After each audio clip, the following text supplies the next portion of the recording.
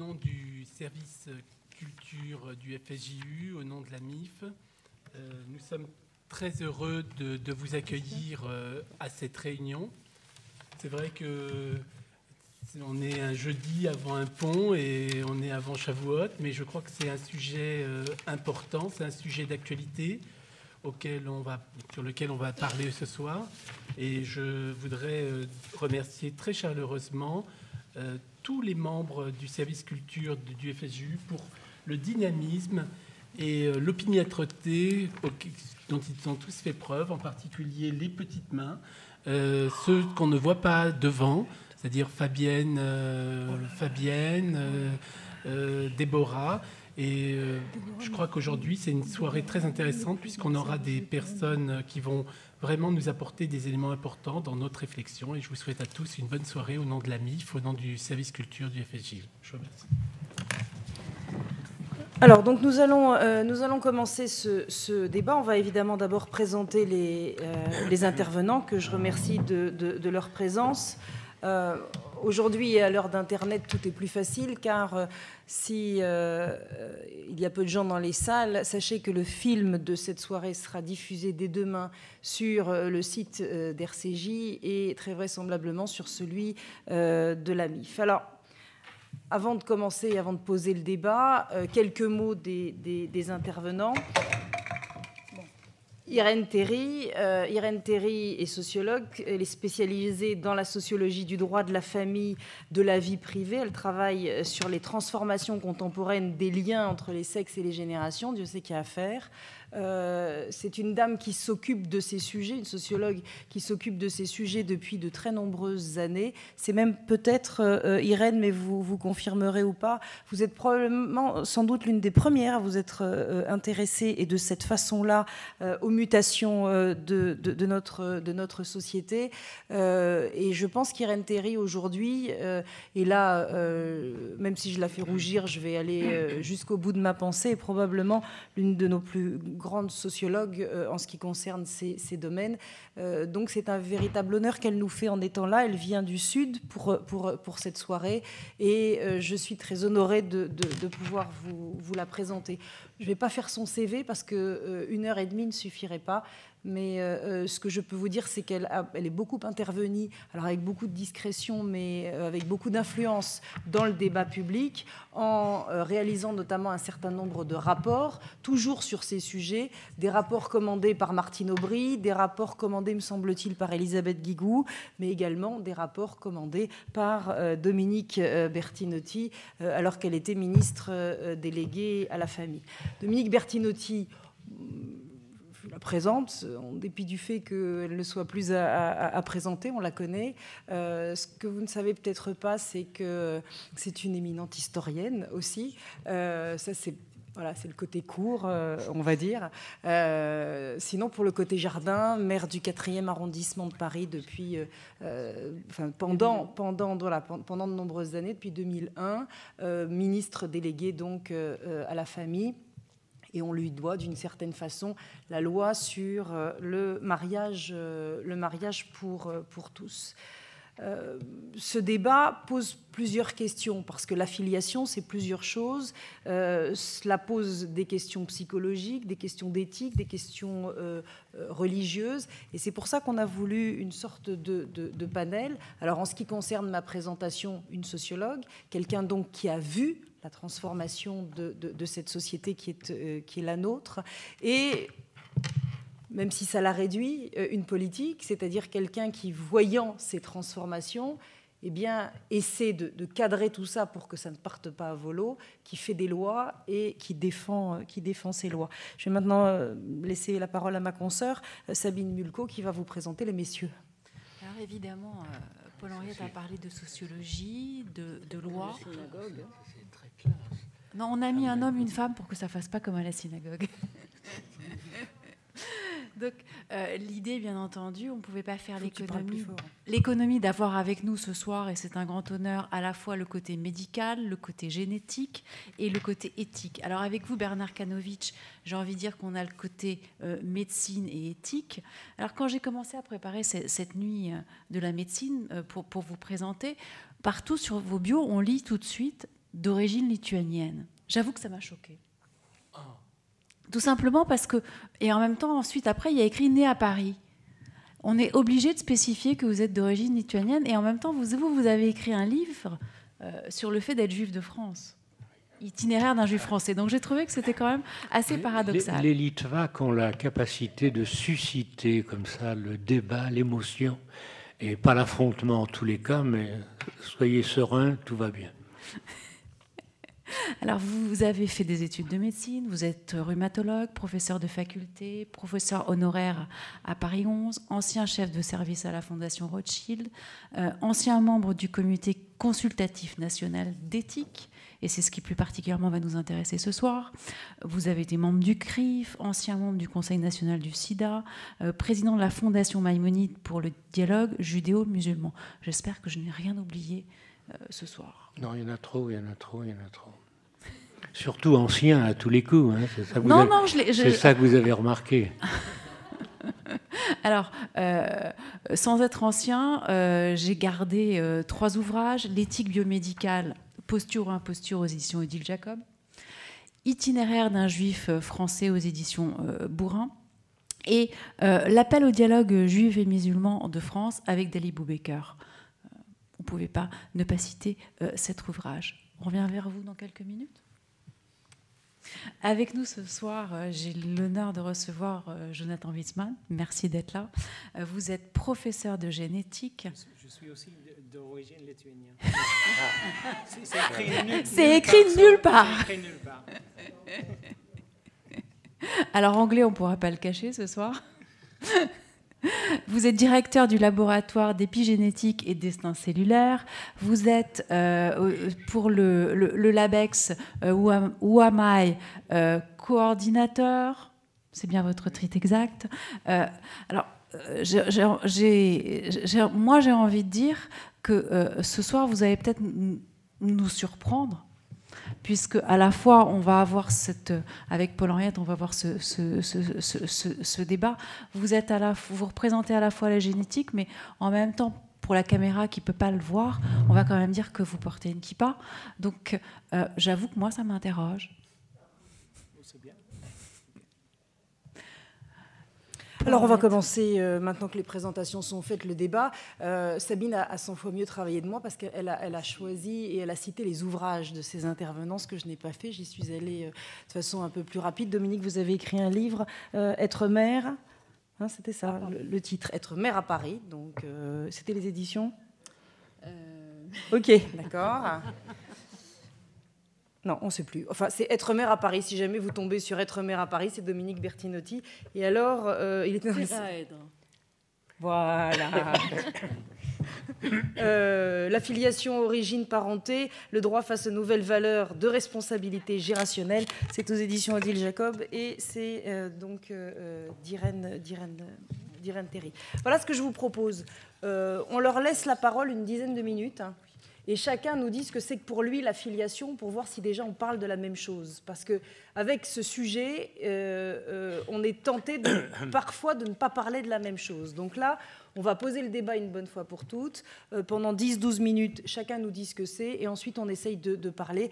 Et j'espère que vous pourrez, vous aussi, participer. Je pense que la filiation, et Dominique Bertinotti ne me contredira pas, la filiation, c'est probablement le sujet qui va nous occuper. Parce que c'est un sujet qui me paraît être, en tout cas, totalement fondamental, puisqu'on est en train de construire la société de demain. Elle est en train de se construire comme ça sous nos yeux. On en est un tout petit peu le témoin. Je ne sais pas si on maîtrise tout encore. Je ne sais pas si les lois sont encore toutes là. Je ne sais pas très bien où on va non plus. Et avec beaucoup de naïveté, en ce qui me concerne en tout cas, c'est toutes ces questions que j'aimerais que nous évoquions ensemble. Je vais commencer peut-être par vous, Dominique. On va commencer par les lois, par le politique, par celui qui finalement est un peu comme nous, c'est-à-dire regarde ce qui se passe, voit bien qu'il y a des choses qui changent, qu'il pourrait y avoir des dérives et qui se dit il faut peut-être faire quelque chose. Donc je suis au pouvoir, j'ai ce pouvoir-là, qu'est-ce que je fais et quand est-ce qu'on commence d'ailleurs à se dire qu'il faut peut-être faire quelque chose. Donc première définition déjà pour vous, la filiation. Alors, je voudrais quand même préciser pourquoi, à un moment donné, le politique s'est trouvé confronté à cette question de la filiation. Parce que lorsque j'ai été nommée ministre déléguée à la famille, je m'attendais à devoir traiter des allocations familiales, des modes de garde, des crèches, de la protection de l'enfance. Je ne pensais pas devoir mener un travail juridique sur la filiation. Comment on en est venu là ? Eh bien, même si je savais qu'en acceptant cette mission, j'aurais à participer à la loi sur le mariage pour tous, pour moi, la loi sur le mariage pour tous, au départ, était simplement une question d'égalité des droits. Pourquoi, au nom d'une sexualité différente, on refuserait à un individu, quel qu'il soit, les mêmes droits et les mêmes devoirs qu'un autre individu ? Et quand on a mené ce débat à l'Assemblée nationale et au Sénat avec Christiane Taubira, en fait, ceux qui étaient hostiles au mariage pour tous ont tordu le débat. C'est-à-dire qu'au lieu de simplement raisonner sur la notion « on ouvre le mariage à toute personne, quelle que soit sa sexualité », comme ils ne voulaient pas s'exprimer sur l'homosexualité, et que dans notre code civil, qui dit mariage dit adoption, ils se sont dégagés de la question du mariage pour s'intéresser qu'à la question de l'adoption et donc de la filiation. Et on est entré dans un débat, et c'est pour ça qu'il y a eu autant d'heures de débat, dans un débat où on nous a sommé de dire qu'un enfant, c'est un papa et une maman, pour faire simple. On en est venu à parler de qu'est-ce que c'est qu'un père, qu'est-ce que c'est qu'une mère. Est-ce qu'une femme qui accouche est une mère d'emblée? Est-ce qu'un père qui reconnaît son enfant ou bien qui est déclaré par la présomption de paternité, le père, devient un père? On s'est retrouvé un certain nombre de questions comme cela. On s'est retrouvé aussi face aux questions du désir d'enfant, du droit à l'enfant. On a vu émerger ce questionnement-là. Et c'était assez étonnant. C'était assez étonnant parce que toutes ces questions sur le droit à l'enfant, sur la PMA et la GPA, qui n'étaient absolument pas abordées par la loi, ont été mis au fond sur la question de l'homosexualité, alors que la PMA, si vous regardez bien, s'est adressée d'abord à des couples hétérosexuels stériles, et la GPA, la question de la GPA a été portée sur le devant de la scène médiatique par un couple hétérosexuel qui avait eu recours à une GPA aux États-Unis et donc qui voulait faire en sorte que ses enfants puissent acquérir la nationalité française. Donc c'était assez étonnant de voir la façon dont a été finalement dévié et tordu ce débat. Et après tout, ce qui m'a également sidérée et qui me paraissait une évidence, c'est que très rapidement, j'ai dit, moi je suis ministre de toutes les familles. Alors, il y a eu, il y a la famille. Sauf que la réalité, Irène Théry en parlera avec beaucoup plus de science que je ne pourrais le faire, c'est que la loi n'a rien décidé du tout. La société a fait que nous avons aujourd'hui une pluralité de situations familiales, de la situation familiale classique, traditionnelle, mariée, pacsée, recomposée, décomposée, monoparentale, homoparentale. Bon, donc nous avons de toute façon la société, c'est-à-dire vous et nous, avons créé de fait des situations familiales nouvelles, c'est depuis les années 70, et vous savez, dans un très beau livre qui s'appelle il y a la belle histoire de l'humanité, il y a la belle histoire de l'amour, où des historiens s'expriment. On explique de façon très significative que la caractéristique du XXe siècle et donc du XXIe siècle, c'est qu'on peut faire l'amour sans procréer, on peut procréer sans faire l'amour, et on peut faire l'amour sans aimer.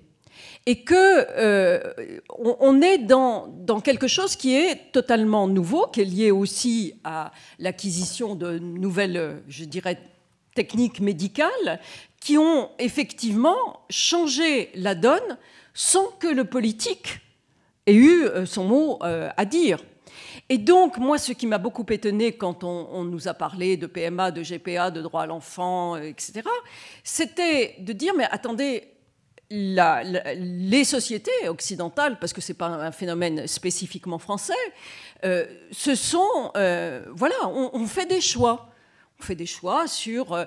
et la législation, souvent, est venue après, par exemple, pour simplifier le divorce et qu'il y ait le consentement mutuel. Ce n'est que relativement récemment qu'on a supprimé la distinction entre enfants naturels et enfants légitimes. Et c'était très étrange d'avoir ces termes-là, comme si les enfants légitimes n'étaient pas des enfants naturels, hein, si on reprend. Bon. Mais on a vu toute une évolution, le partage de l'exercice de l'autorité parentale, où j'avais cité lors d'un discours que j'ai fait à l'Assemblée nationale, Philippe Mazot, qui disait, avec la reconnaissance juridique du partage de l'autorité parentale exercée simultanément par le père et la mère, c'est la fin de la famille. C'est la fin de la famille, c'est le désordre. Bon.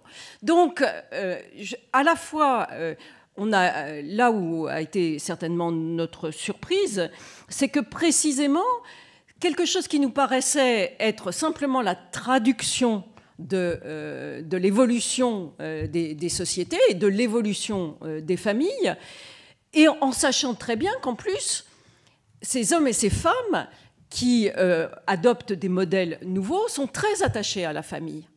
C'est-à-dire que la valeur famille en tant que telle, de nombreux sondages ont été faits, reste très haut. Hein. C'est, même en temps de crise, on voit même au contraire le fait que la cellule familiale est un élément de confiance. Mais simplement, nos concitoyens nous ont dit, on met ce que l'on veut dans la cellule familiale. Donc, je voudrais simplement, je ne vais pas vous abreuver de chiffres, mais enfin, il y a un enfant sur 2 qui naît hors mariage, vous avez un enfant sur 5 qui vit dans une famille monoparentale, un enfant sur 9 qui vit dans une famille recomposée. Donc, ça commence à faire des cohortes qui sont tout à fait significatives. Et donc, il nous a paru...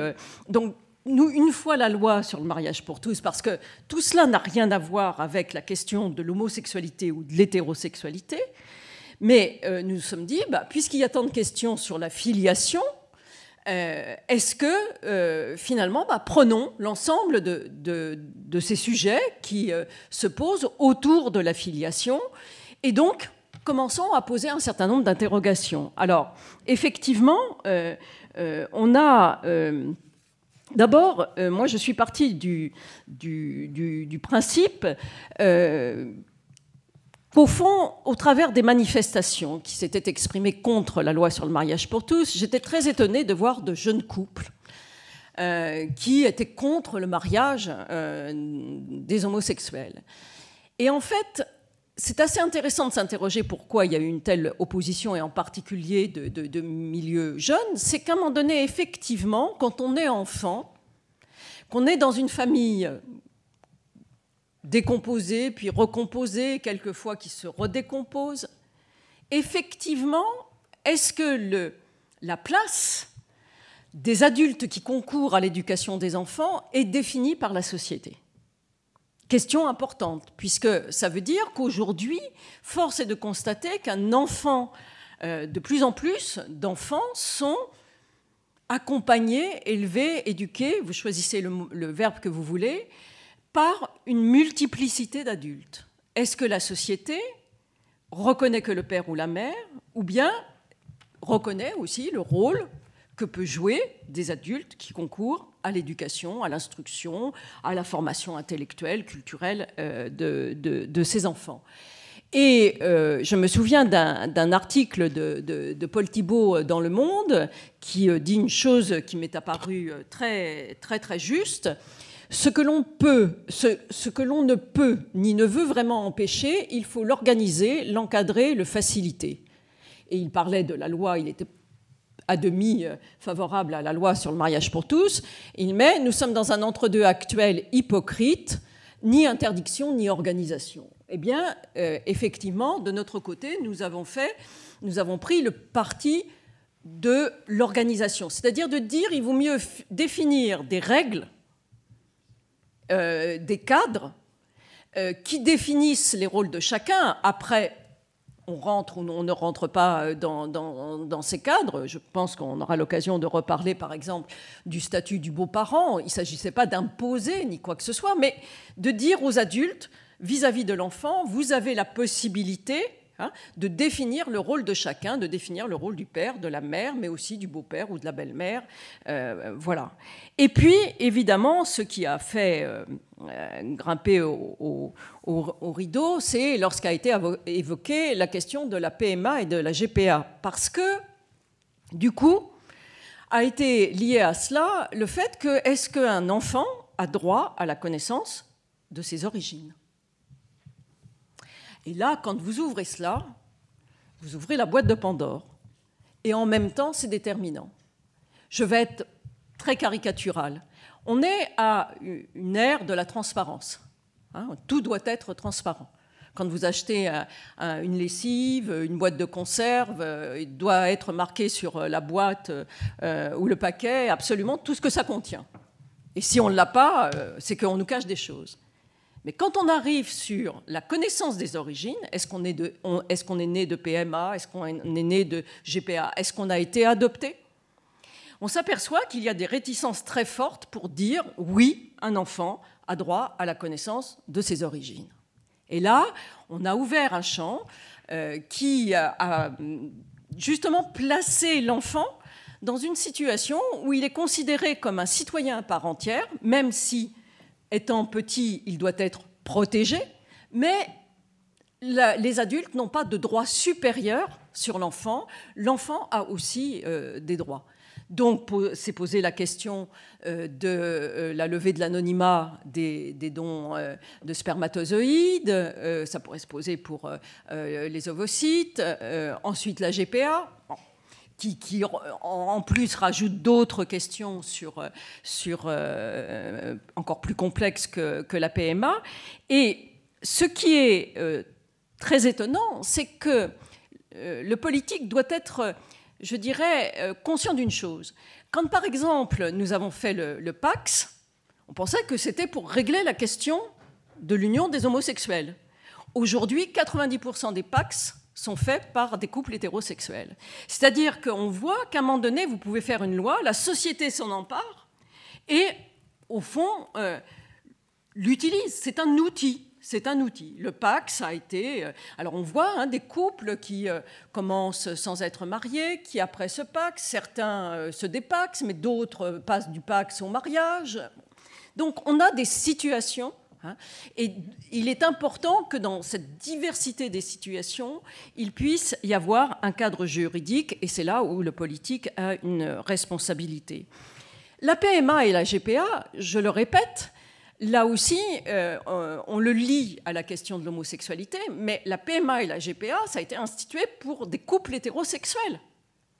Et donc, aujourd'hui, effectivement, les techniques qui sont les techniques d'assistance médicale à la procréation, eh bien, pourquoi elles ne bénéficieraient pas également, dans une perspective d'égalité des droits, à des couples homosexuels ? Donc, évidemment, ça pose des questions, et je pense qu'on aura l'occasion d'en discuter, mais pour vous montrer que la loi n'est pas créateur de nouvelles situations. La loi est là, je le répète, pour définir des cadres. Alors après, ça repose sur des valeurs, ça repose sur des questions d'éthique, on aura l'occasion d'en reparler. Mais ensuite, il est important, et je pense que ce dont souffre le plus aujourd'hui notre société, c'est quelquefois l'absence de repères. Il est toujours mieux d'avoir un repère, ne serait-ce que pour le transgresser, que de ne pas avoir de repères, puisque quand on se sent mal, on n'a rien sur lesquels on peut s'appuyer pour ou contre. Donc on trouvait qu'il était temps que la société française, là, n'était pas très adulte et qu'il était temps de reposer ces questions de filiation. Donc, accès aux origines, questions sur l'adoption, sur les techniques d'assistance médicale à la procréation, et d'autant plus qu'on a le sentiment, du côté du politique, que les médecins, c'est normal, continuent à faire de la recherche, et c'est leur vocation et leur métier, mais avec des incidences sur la société dont il vaudrait mieux que l'on soit conscient. Je prendrai juste un exemple pour montrer dans quelle complexité se trouve le politique face à ces questions-là. J'écoutais René Friedman, et qui expliquait que quand un couple hétérosexuel porte en lui des risques de transmission de maladies génétiques graves qui hypothèquent la survie de l'enfant ou qui le laissent vivre éventuellement 3 ans, 4 ans ou 5 ans, les médecins décident quelquefois, avec évidemment les parents, de dire on ne donne pas naissance à cet enfant-là parce qu'on sait qu'il est porteur de tel gène, donc il va vivre 3 ans, 4 ans grand maximum. C'est des questions de taille. Parce que jusqu'où on va aller, on dit, ça ne vaut peut-être pas la vie, le fait d'être vécu, mais après, est-ce que vivre 10 ans, 15 ans ou 20 ans? Bon.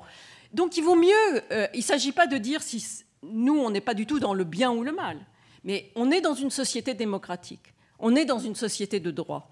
Donc il faut définir des règles de droit. Après, c'est l'objet de discussion, c'est évident. Et ce que je trouve dommage, et je ne terminerai pas par cela parce que sans ça je vais être trop longue, c'est que, au fond, de ce débat sur le mariage pour tous, sont nées de véritables interrogations de fond. C'est toujours très intéressant de savoir comment une société regarde l'affiliation. Et nous ne sommes pas seuls. La GPA existe en Grande-Bretagne, par exemple. Donc, je veux dire, c'est un phénomène qui n'est pas un phénomène spécifiquement français, qui est universel.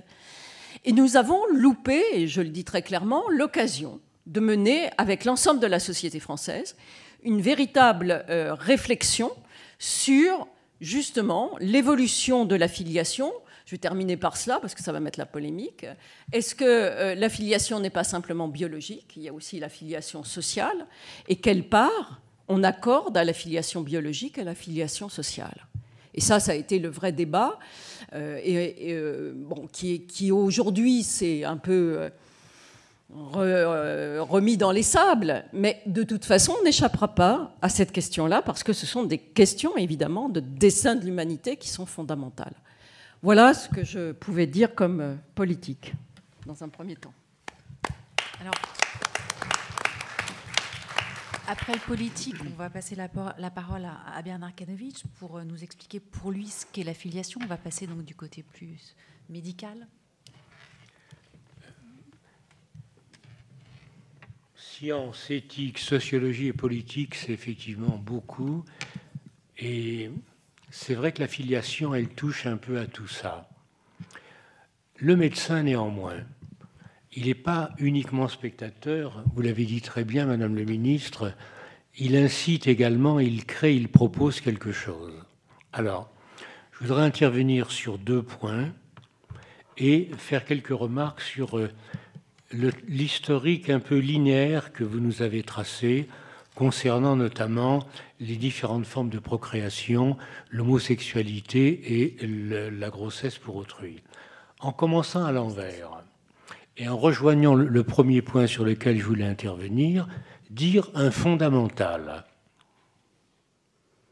Un père, une mère, dans la tradition juive, ça renvoie à un spermatozoïde et un ovule. Qui est le porteur de l'ovule et qui est le porteur du spermatozoïde. À partir de ce moment-là, vous verrez que le nombre de combinaisons n'est plus un jeu de mots ou un jeu de société, ça devient d'une très grande rigueur. Et cette rigueur, bien entendu, s'adapte à la paternité, maternité, et on arrive à la traditionnelle, mais aujourd'hui ONI de la société ou d'une société, qui est la famille PME, père, mère, enfant.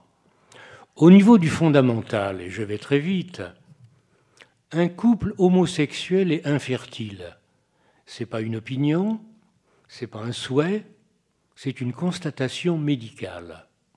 Un couple homosexuel est infertile.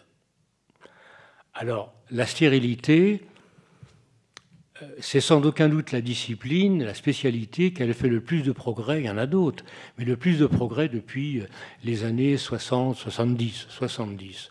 René Friedman, vous l'avez cité, il a énormément contribué. Pourquoi ? Parce que d'abord, sa personnalité, très attachante, très dynamique, a créé cette idée que la stérilité, c'était une maladie. Ce qui n'apparaissait pas antérieurement. Il y avait des couples féconds, il y avait des couples qui n'avaient pas d'enfants. C'était sans aucun doute une souffrance.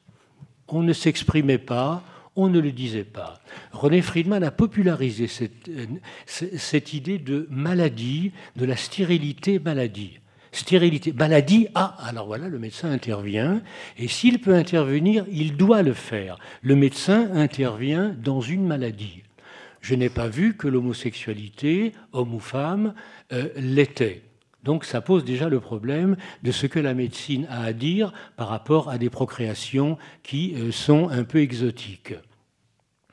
L'histoire est très ancienne, bien avant notre époque récente.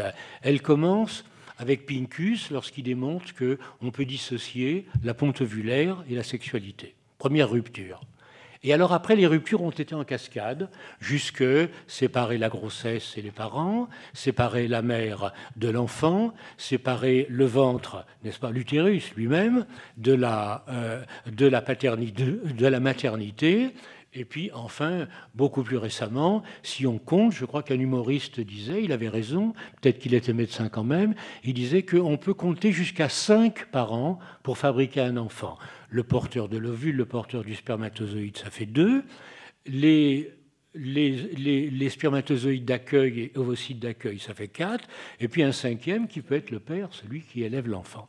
Donc ça fait un peu beaucoup pour un seul enfant. Les ruptures se sont accélérées et je comprends que le juriste, autant que le politique, ait couru après ce que les médecins faisaient. Il y avait une telle demande, il y avait un tel enthousiasme devant cette situation-là que les choses avançaient et même avançaient très vite. Cependant, quelle est la règle? Quel est le statut? Le premier essai, clairement, effectivement, c'est celui de M. Jospin avec le Pacs, en 1999. Effectivement, il a tiré à côté le Pacs qui était supposé solutionner les problèmes pratiques que les couples homosexuels avaient. J'ai pour ma part brièvement un souvenir médical d'un de mes patients séropositifs qui est mort et qui vivait en couple avec un autre. Il vivait dans un appartement dont le séropositif était le porteur de l'engagement de location. Le propriétaire a dit, bien entendu, au compagnon, il lui a dit « Mais je ne sais pas qui vous êtes, moi. Vous êtes squatter de mon appartement. Sortez, monsieur. » Il fallait mettre un ordre cette situation-là et beaucoup d'autres encore. Le Pacs a été extrêmement brillant et il a tiré à côté. Sans doute qu'un certain nombre de codicilles, comme disent les notaires, auraient pu être ajoutés simplement sans faire une loi. Le Pacs a eu des imperfections. Il n'était pas sans intérêt non plus, même si, comme je vous l'ai dit, il ne répondait pas tout à fait à la question. Premier essai, ça ne marche pas très bien. Alors, deuxième essai, on essaie de corriger un peu. En France, quand quelque chose ne va pas, on fait une loi, on ne fait pas un codicille pour améliorer une situation qui ne va pas, mais on refait une autre loi. Et là, ça grippe, ça passe pas. Ça passe pas, et je suis étonné de votre étonnement.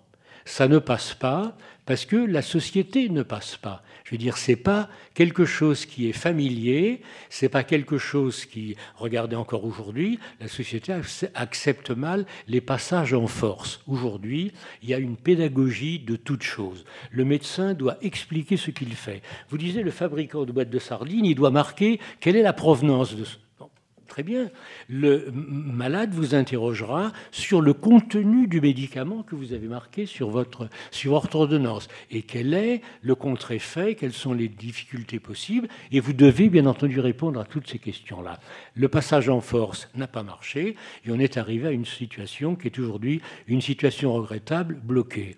Pourquoi est-ce qu'elle est regrettable? Il y avait, et vous ne nous l'avez pas dit, il y avait une situation implicite dans cette loi-là. En campagne électorale, le candidat explique être pour le mariage pour tous. Mariage pour tous, c'est magnifique. Pourquoi est-ce que certains, vous l'avez dit, pourquoi est-ce que certains seraient privés au prétexte d'homosexualité de bénéficier, ou tout au moins d'avoir un livret de mariage? Aucune raison. Aucune raison. Et pourtant, lorsqu'on parlait du mariage, chacun avait compris qu'on parlait de la procréation. Aujourd'hui, la procréation est en panne. Ne sont pas contents ceux qui l'espéraient et ne sont pas contents ceux qui ont vu le mariage pour tous. Par conséquent, ce n'est pas une petite partie de mécontents, c'est 100% de mécontents. On verra la suite. La procréation pose des problèmes qui sont des problèmes considérables. Bien sûr qu'elle est faisable. Quelle différence y a-t-il pour René Friedman, pour parler de lui, mais pour tous les collègues qui s'occupent de création, quelle différence y a-t-il entre implanter un ovule à un couple hétérosexuel et l'implanter à une femme qui est en couple avec une autre dame ou dans un couple qui est porteur pour un couple homosexuel masculin? Les associations, les LGBT finalement, les lesbiens, les gays, les bi, les trans et les autres, ne sont pas contents.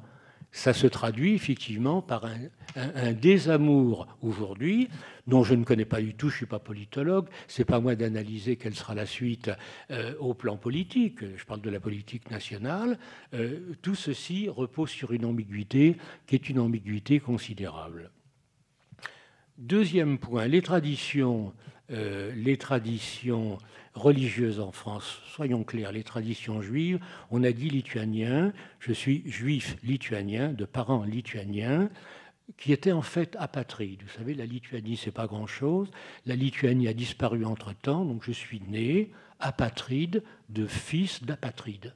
C'est un statut qui, d'ailleurs, s'est solutionné très rapidement grâce à la République française et qui s'est solutionné également très rapidement en sens inverse grâce au gouvernement de Vichy, puisque je faisais partie de ces enfants qui ont été dénationalisés. J'ai été français, et puis je ne l'étais plus. Et puis les ordonnances du général ont déclaré nul et non avenu, c'est l'expression du général de Gaulle, nul et non avenu tout ce qui s'était déroulé pendant l'époque de Vichy, et j'ai été réintégré dans la nationalité française. Passons.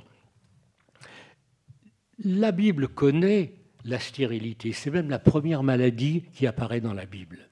Elle a une connotation tout à fait extraordinaire, pour deux raisons. D'abord, elle concerne les matriarches, toutes, Abraham et Sarah, Jacob et Léa et Rachel. Ensuite, à la troisième génération, Jacob, Isaac. Donc, les matriarches ont été dans une difficulté permanente avec l'enfantement. Et ça va même très loin, puisque la première des matriarches, Sarah, a enfanté son premier enfant sur les genoux de la servante, de sa servante Agar l'Égyptienne. On dit, pas tout à fait exact, mais on dit que c'est le premier cas de grossesse pour autrui. Effectivement, Agar a porté avec la semence d'Abraham l'enfant de son couple, et ensuite le couple a réintégré l'enfant, puisque malheureusement, là, c'est l'affectif de la Bible, malheureusement, Agar a été chassée au désert. Donc les choses sont connues dans la tradition juive et respectent un ordre qui est un ordre non pas immuable. Il n'y a pas d'ordre immuable dans la Bible. Il n'y a rien de plus plastique que le texte biblique. Voilà, qui va vous étonner. On croit que c'est écrit dans le marbre et ça descend du Sinaï. D'ailleurs, ça va arriver demain ou après-demain, n'est-ce pas, tout cuit. Pas du tout, il y a une plasticité. Aujourd'hui, par exemple, un exemple médical, tu enfanteras dans la douleur. On parle de procréation. Est-ce qu'un médecin dirait aujourd'hui à une dame, une de ses parturientes, voilà madame, je dois vous dire que vous allez enfanter dans la douleur. Mais ou bien ça ferait rire, ou bien la dame se lèverait et elle changerait de médecin. C'est-à-dire qu'il y a une plasticité de l'évolution de la Bible qui est tout à fait étonnante. Et je peux vous donner, ce n'est pas le lieu aujourd'hui, mais un certain nombre d'exemples qui montreront combien, en désuétude, le texte biblique n'a pas changé, mais les usages et les pratiques tombent complètement en désuétude. Alors, ces stérilités ont été ce qui est fondamental dans la tradition, dans la société, dans la tradition judéo-chrétienne et même dans la société tout court, c'est les engendrements. De quoi on parle? Les engendrements. Un couple, c'est fait, la bénédiction du couple, c'est la fécondité. L'infécondité est une punition, c'est une punition divine. Elle atteint, alors ça renvoie à la conception des maladies à l'époque de la Bible. La maladie était liée à une transgression. La transgression méritait une sanction, et cette sanction était toujours invariablement la stérilité. C'était la stérilité des couples, c'était la stérilité du troupeau, c'était la stérilité de l'agriculture également. Ce terme-là est infiniment plus vaste, et il y a là une très grande richesse de la connaissance de la stérilité. Donc la bénédiction que représente un enfant est une bénédiction, je crois, il n'y a pas de plus grande bénédiction.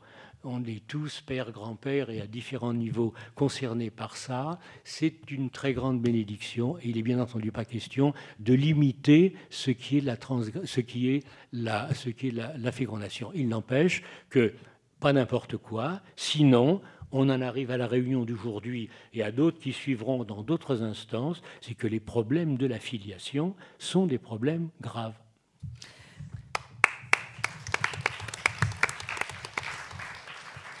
Ça, je savais bien qu'on ne parlerait pas tous de la même chose.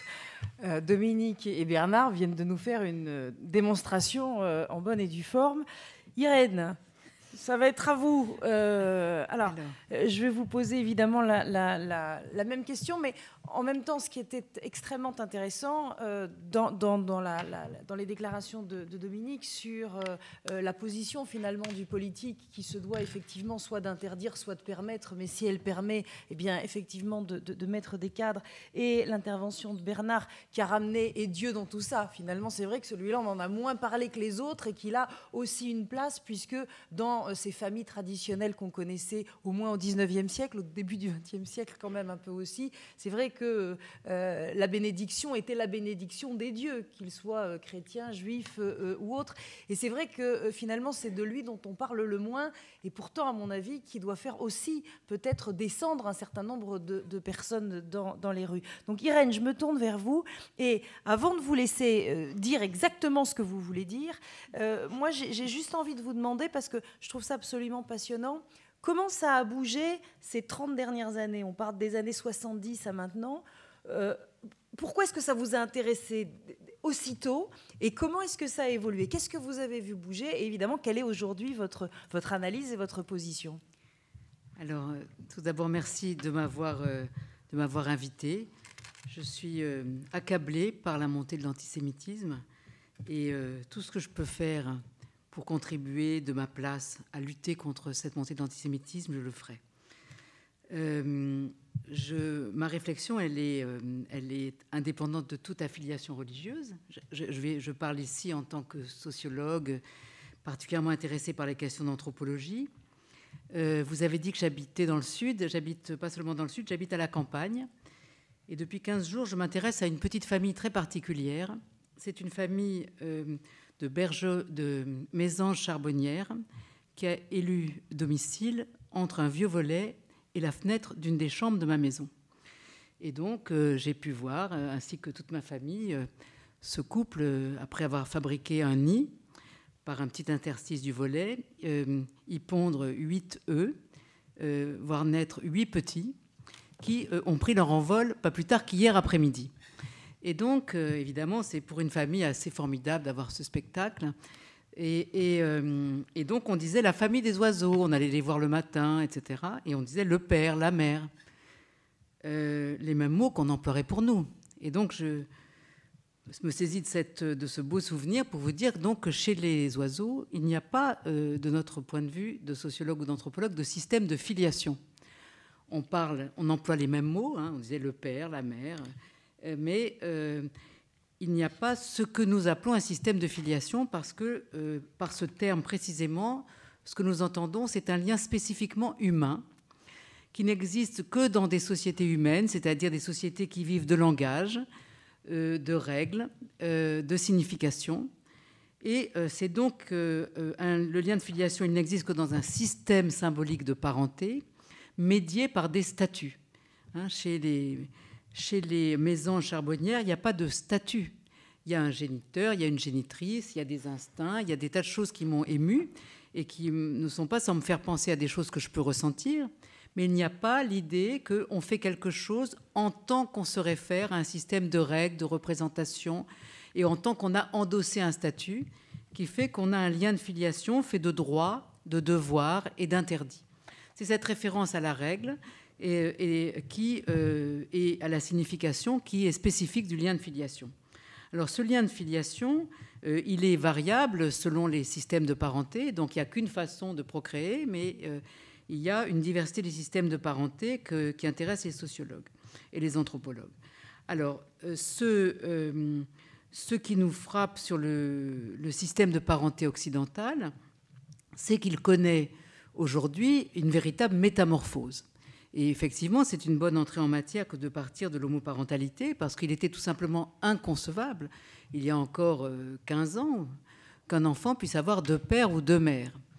Et de ce point de vue-là, j'ai une question aux politiques, parce qu'effectivement, j'ai trouvé que la loi sur le mariage pour tous, qui a donc fait ce saut symbolique de permettre que des enfants puissent avoir deux pères ou deux mères, aurait mérité d'être accompagnée d'une pédagogie à la hauteur de cette métamorphose. Donc de ce point de vue-là, bien que je sois un supporter de la loi avec Dominique Bertinotti, j'adhère à ce qui a été dit par Bernard Kanovitch, on a manqué de pédagogie. Et la pédagogie, ça aurait été plus que ça, c'est-à-dire d'un moment où une société se retourne vers elle-même, réfléchit, se dit mais qu'est-ce qui nous arrive, qu'est-ce qui se passe, etc., à la hauteur du changement. Aussi longtemps qu'on se souvienne, le mariage avait été l'union d'un homme et d'une femme, voilà qu'il pouvait devenir l'union de deux hommes ou de deux femmes. Aussi longtemps qu'on se souvienne, un enfant pouvait avoir peut-être seulement une mère, ou un père et une mère, mais jamais deux pères ou deux mères. Et donc là, il aurait fallu un grand moment culturel dans lequel on essaye de comprendre pourquoi l'impensable devenait pensable. Et hélas, ce moment nous a manqué et nous manque encore. Alors je fais partie, et c'est l'occasion de remercier Dominique Bertinotti, de ceux qui s'efforcent de contribuer à combler ce manque, ce vide de la réflexion sur comment se fait-il que l'impensable soit devenu pensable en France et ailleurs aujourd'hui. Je pense que ce qui le rend pensable, c'est le fait que la filiation, ça renvoie donc, je l'ai dit, à la notion de parents, mais en même temps, jusqu'à présent, c'est vrai que les notions de parents et de géniteurs n'étaient pas clairement toujours distinguées. La distinction entre les deux notions n'était pas toujours claire, puisque d'ailleurs, dans l'immense majorité des cas, et c'est encore aujourd'hui le cas, ceux qu'on appelle les parents d'un enfant, c'est aussi les géniteurs de ces enfants-là. Et donc, on entend quelquefois des anthropologues dire la filiation, ça n'a rien à voir avec la biologie. C'est une formule de Françoise Héritier dans une audition au moment de la rénovation des lois de bioéthique. Elle avait dit la filiation, ça n'a rien à voir avec la biologie. Je m'inscrirai en faux. La filiation, ça a à voir avec la biologie. Ça n'est pas un simple hasard. Si, dans l'immense majorité des cas, les parents, selon la filiation, sont aussi les géniteurs de leurs enfants. Donc ça a à voir, mais ça ne se confond pas, puisqu'on peut aussi être un parent d'un enfant par adoption, et donc d'un enfant que, par hypothèse, justement, on n'a pas procréé, d'un enfant dont on ne prétend pas être le géniteur ou la génitrice. Donc les notions ont à voir et sont quand même distinctes. Donc c'est ça une des questions qui sont soulevées aujourd'hui. C'est comment se fait-il que des questions qui étaient... des distinctions qui n'étaient pas pensables sont devenues pensables, au point que ça aille jusqu'à pouvoir imaginer qu'un enfant puisse, par hypothèse, avoir deux parents qui ne pourraient pas être le couple de ses géniteurs, c'est-à-dire deux hommes ou deux femmes. Alors, il me semble qu'en un mot, ce serait très long, évidemment, mais qu'il y a, aux changements actuels qui paraissent très soudains, je pense qu'il y a des racines historiques très anciennes. Donc, c'est pour ça que j'ai pris ce détour pour vous répondre. Je ne peux pas répondre sur les 30 dernières années, parce que pour moi, les racines des changements qui apparaissent au grand jour ces 30 dernières années sont bien plus anciennes que cela. ce dont nous sommes héritiers, c'est d'un ordre de la filiation qui était d'abord un ordre matrimonial de la filiation. Ça voulait dire que dans notre système de parenté, on devenait les parents... il y avait véritablement un lien de filiation qui donnait tous ses effets uniquement si les parents étaient mariés. On l'a oublié, mais jusqu'en 1970, quand les parents n'étaient pas mariés, l'enfant qui n'avait pas des parents mariés ne bénéficiait pas d'une filiation pleine et entière. Ça a été le cas de ma grand-mère maternelle. Elle est née d'une femme qui n'était pas mariée. Mon arrière-grand-mère était une lavandière qui a été mise enceinte par son patron et qui, comme beaucoup de femmes de sa classe sociale, a été mise au banc d'avoir été... Alors, je ne connais pas les circonstances, je ne sais pas si elle a été... Je ne connais rien. Je sais simplement le drame social que ça a représenté. Et je m'y suis toujours intéressée par fidélité, par piété, je dirais, à l'égard de mon arrière-grand-mère qui, courageusement, sa petite fille à la main, a affronté ce que ça pouvait représenter dans un petit village du centre de la France, du Morvan, que d'être une fille mère. Et donc, il y a toujours, vous voyez, dans la piété à l'égard de nos aïeux, je crois quelque chose qui nous meut profondément, et ça fait partie de la filiation. Et donc, à l'époque, un enfant bâtard, comme ma grand-mère, ne bénéficiait pas d'une filiation paternelle. Ça, on l'a oublié. C'est-à-dire qu'il y avait une grande différence entre les filiations du côté masculin et féminin. Du côté masculin, il existait une interdiction de recherche en paternité, ce qui veut dire que face à l'hypothèse d'un enfant qui naissait hors mariage, il y a le droit laïque, le droit protégeait les hommes de toute responsabilité. En revanche, le déshonneur, la honte, étaient portés uniquement par les femmes, comme ça a été le cas de mon arrière-grand-mère. Et ces femmes ne pouvaient même pas faire bénéficier leurs enfants d'une filiation pleine et entière. Leurs enfants avaient certes un lien avec leur mère, mais ils n'entraient pas dans la famille de leur mère. C'est-à-dire, ces enfants, comme ma grand-mère, n'héritaient pas de leurs grands-parents. Ils n'avaient pas vraiment un lien de filiation. C'est-à-dire que le lien de filiation, c'est un point important, ce n'est pas simplement les rapports parents-enfants. Le lien de filiation, dans notre perspective d'anthropologue, sociologue, commence à 3 générations, au minimum 3 générations, parce qu'il se transmet. Un lien de filiation doit être reçu et transmis. Donc pour recevoir et transmettre, il faut au moins 3 générations. Et en général, pour décrire un système de parenté, nous avons besoin de 6 générations. Donc ce n'est pas la même chose, la filiation et le lien parent-enfant. Donc ça n'est qu'en 1970 que l'enfant né hors mariage a pu entrer dans la famille de son auteur, c'est-à-dire hériter de ses grands-parents. 1972, précisément. Vous voyez comme c'est récent. Donc, il faut avoir tout ce système en perspective pour se rendre compte qu'effectivement, nous sommes héritiers d'un système donc matrimonial de filiation. Seule la filiation légitime était une filiation pleine et entière qui faisait entrer l'enfant dans la famille de son père et de sa mère. Seule la filiation légitime donnait un père aux enfants que les femmes mettent au monde.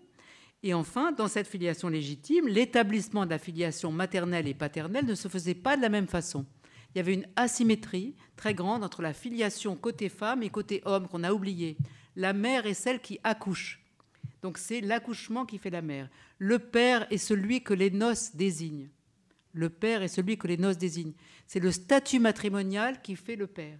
Donc il y avait bien dans la filiation à la fois le corps et la volonté, la procréation et le statut, mais voyez comme c'était distribué entre les sexes.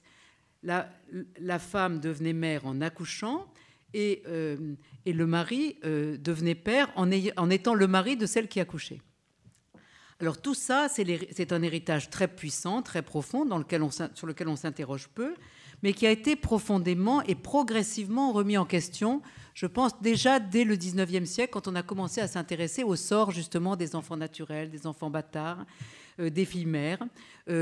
Par exemple, en 1912, vous voyez, c'est ancien, c'est avant les 30 dernières années, quand on a remis en question l'interdiction de recherche en paternité. On a dit c'est pas normal qu'il y ait ce principe d'irresponsabilité des hommes face aux enfants qu'ils sèment comme ça à tout vent et dont ils peuvent ensuite se laver les mains. En 1912, on a donc rétabli la possibilité pour les femmes de faire des recherches en paternité. Ça a changé complètement le sort des enfants métis de l'Empire colonial français. On s'y intéresse assez peu, Mais tous ces enfants métis, tout à coup, qui avaient été faits par les hommes qui étaient les colons de l'Empire français, hein, ces enfants métis ont pu justement avoir des pères. Et il y a un très beau livre, Les enfants de la colonie, qui a été écrit par ma collègue Emmanuelle Saada, qui raconte justement le bouleversement introduit en 1912 par le fait que ces enfants, qui justement n'étaient pas vraiment des sujets de l'Empire, ont pu changer de statut en étant reconnus comme pouvant avoir des pères et acquérir la nationalité française. Donc il y a une histoire longue, et tout ça pour dire rapidement que les changements actuels, il faudrait les replacer dans le temps long pour comprendre que ce qui se passe aujourd'hui, c'est que nous avons abandonné l'ancien système matrimonial de filiation, au sens où justement aujourd'hui personne n'aurait l'idée de dire qu'il y a filiation uniquement si les parents sont mariés. Nous avons, Dominique Bertinotti l'a rappelé, un principe d'égalité des enfants naturels et légitimes, au point même que la distinction naturelle et légitime, qui a fait le drame de la vie de mon arrière-grand-mère et de ma grand-mère, cette distinction n'existe simplement plus du tout. Même le droit l'a effacée. Et que, ça a été rappelé aussi, plus de la moitié des enfants naissent hors mariage. Qui aurait l'idée aujourd'hui de faire un tri autour d'une table de famille entre les enfants marqués au front, hein, qui seraient les enfants nés de parents non mariés, et les enfants dignes, respectables, qui seraient les enfants de parents mariés. Entre mes enfants mariés et mes enfants non mariés, entre mes petits-enfants, je n'aurais même pas l'idée de faire une quelconque différence selon que leurs parents ont choisi de se marier ou de rester en union libre. Donc, aujourd'hui, la filiation ne dépend plus du statut matrimonial des parents. Et même ce qui s'est produit, c'est que l'ensemble du droit de la famille s'est recomposé sur l'idée que la filiation doit être commune à tous. Et ça me paraît un point très important qu'on ne rappelle pas assez. Autrefois, il y avait la filiation légitime et la filiation naturelle. Ça n'avait rien à voir, je vous l'ai dit, puisqu'il y avait l'honneur ou la honte.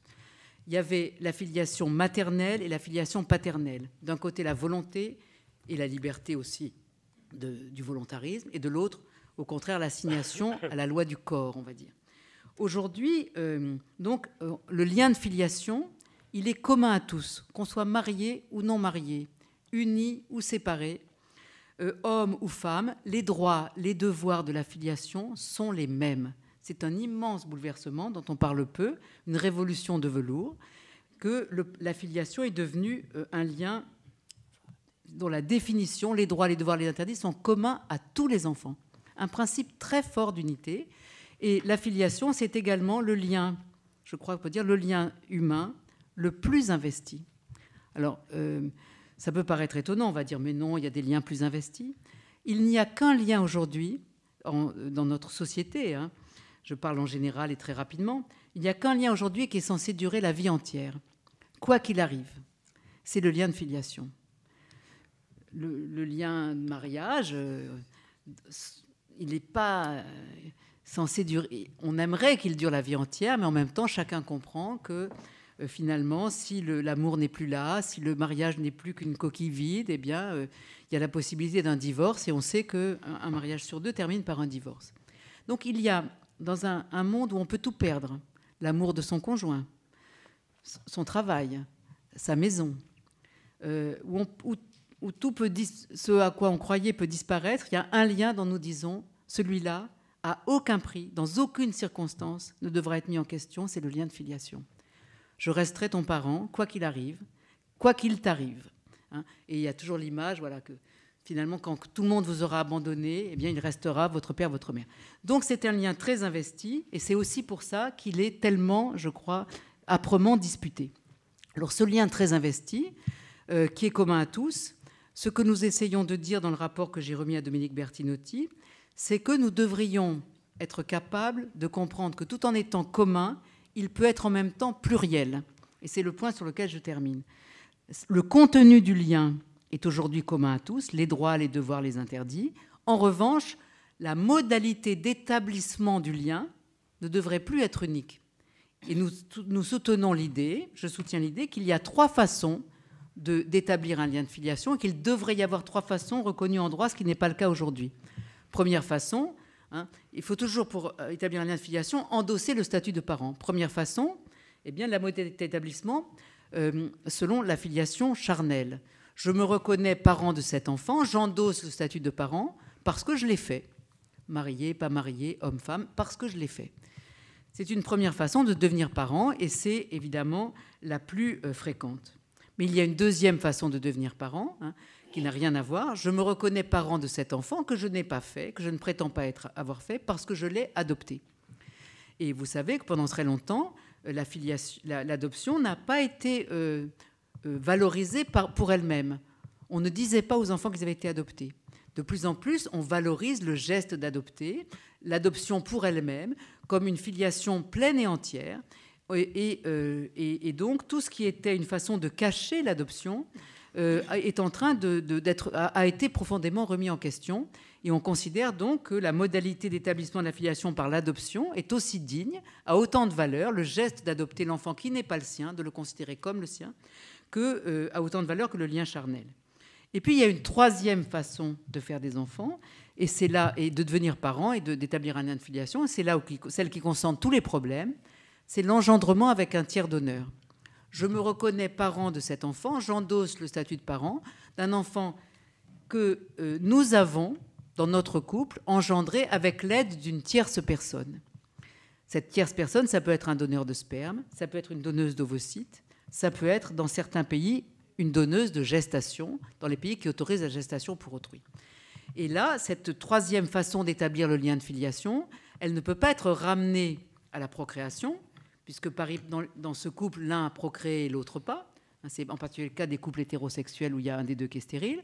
Et elle ne peut pas non plus être ramenée à l'adoption, parce que dans ces cas-là, l'enfant doit bien d'être né au projet parental qui était celui des parents qui ont eu recours au don. Et donc, on n'adopte pas son propre enfant, il n'y a pas eu d'abandon d'enfant.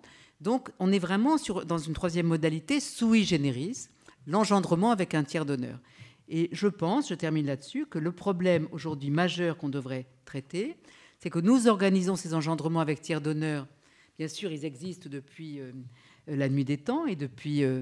et donc, la Bible a été évoquée. Mais ce qui est nouveau, effectivement, c'est la place qu'a prise la médecine. C'est le fait qu'on l'organise. Ça n'est pas dans le secret des alcôves. C'est la société qui organise finalement de demander à des personnes de faire ces dons.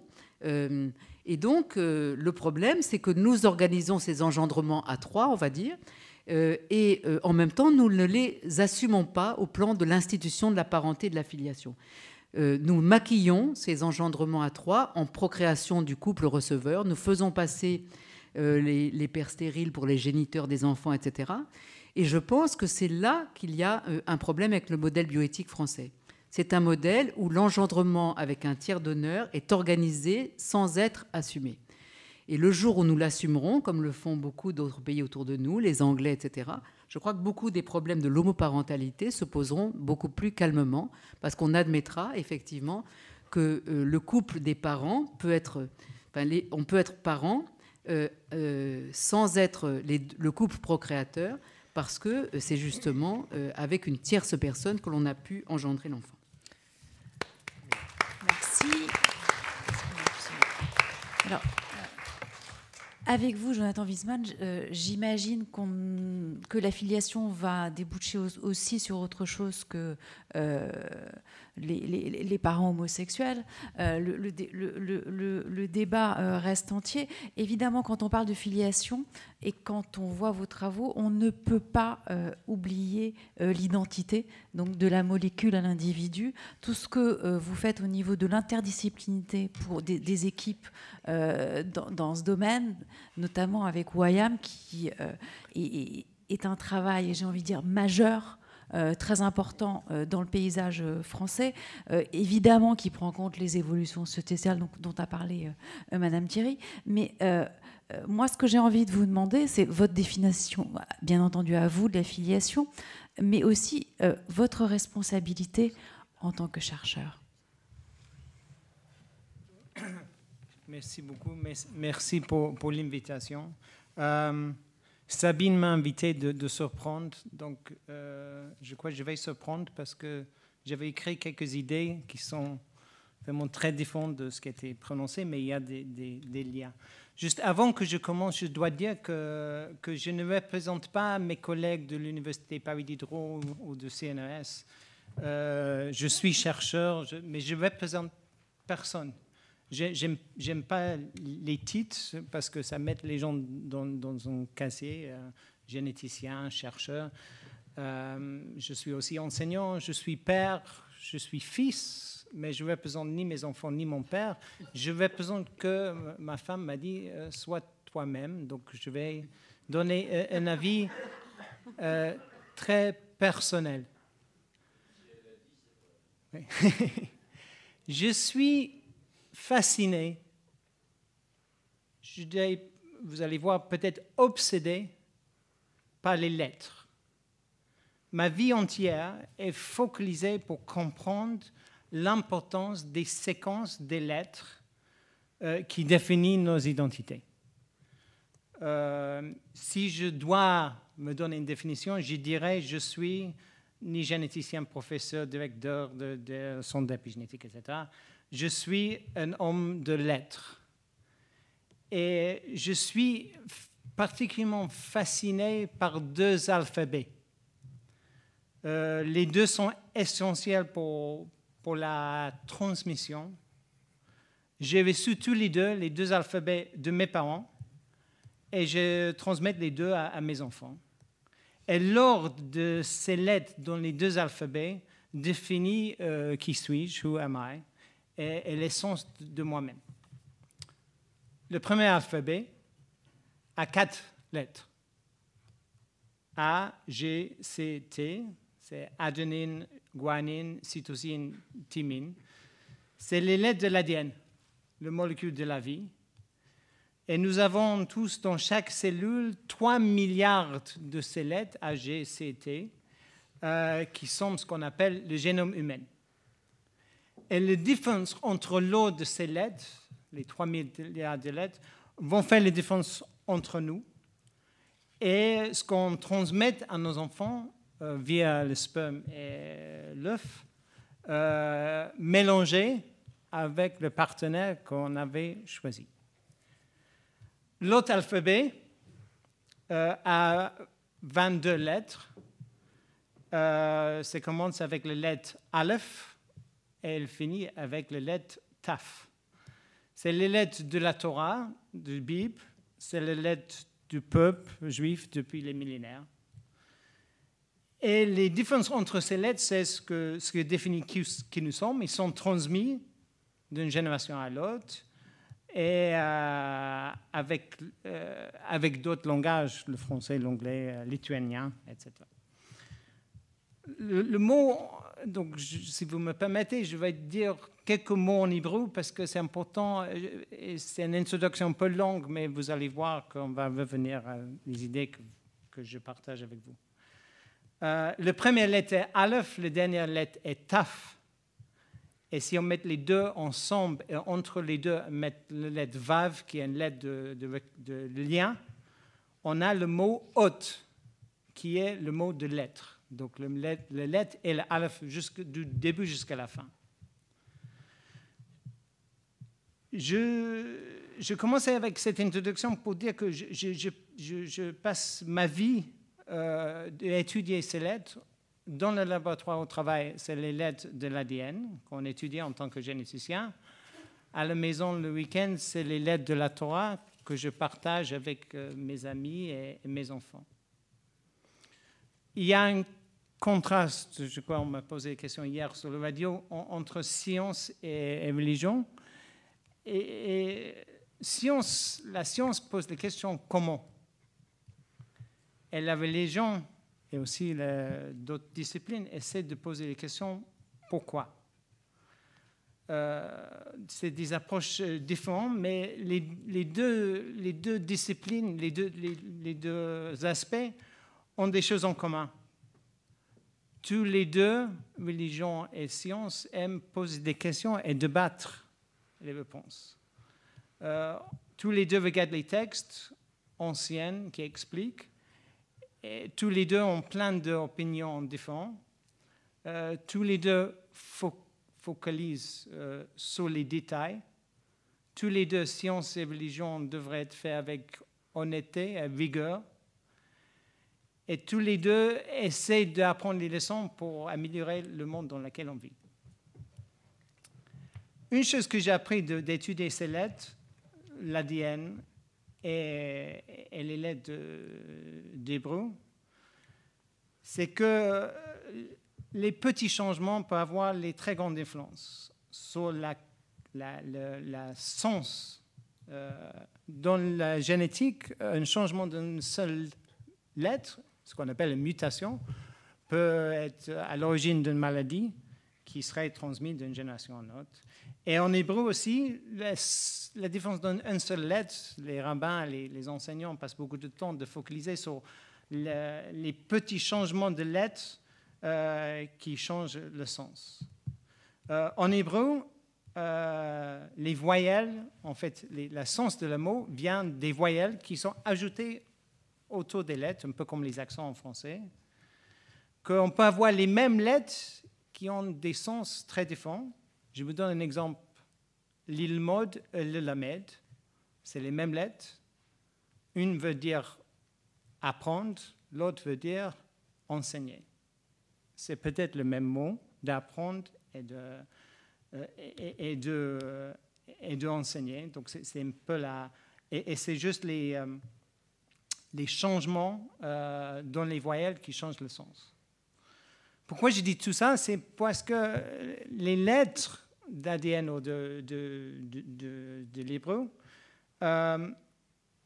sont ouvertes à un commentaire, un contexte, une interprétation, et il y a beaucoup de façons d'interpréter. C'est pour ça que je ne représente pas... Il n'y a pas une façon de juif de voir ces questions de filiation. Il y a des multitudes. On dit 2 juifs, 3 opinions. Donc, dès qu'il y a plusieurs que ça, il y a plusieurs. C'est la même chose pour l'ADN. L'ADN, on va dire, le patrimoine génétique, est aussi ouvert à l'interprétation. 2 jumeaux homozygotes ont le même génome, mais la façon d'exprimer ce génome est très différente. Et c'est important parce que j'espère que ça va être clair quand je revienne à la fin. Donc, finalement, on transmet le génome à nos enfants. On transmet, pour moi, c'est le langage de la Torah, mais avec l'interprétation et avec un peu ce qui est autour. La tradition juive, comme la tradition génétique, est obsédée par la transmission. C'est la transmission qui donne la filiation.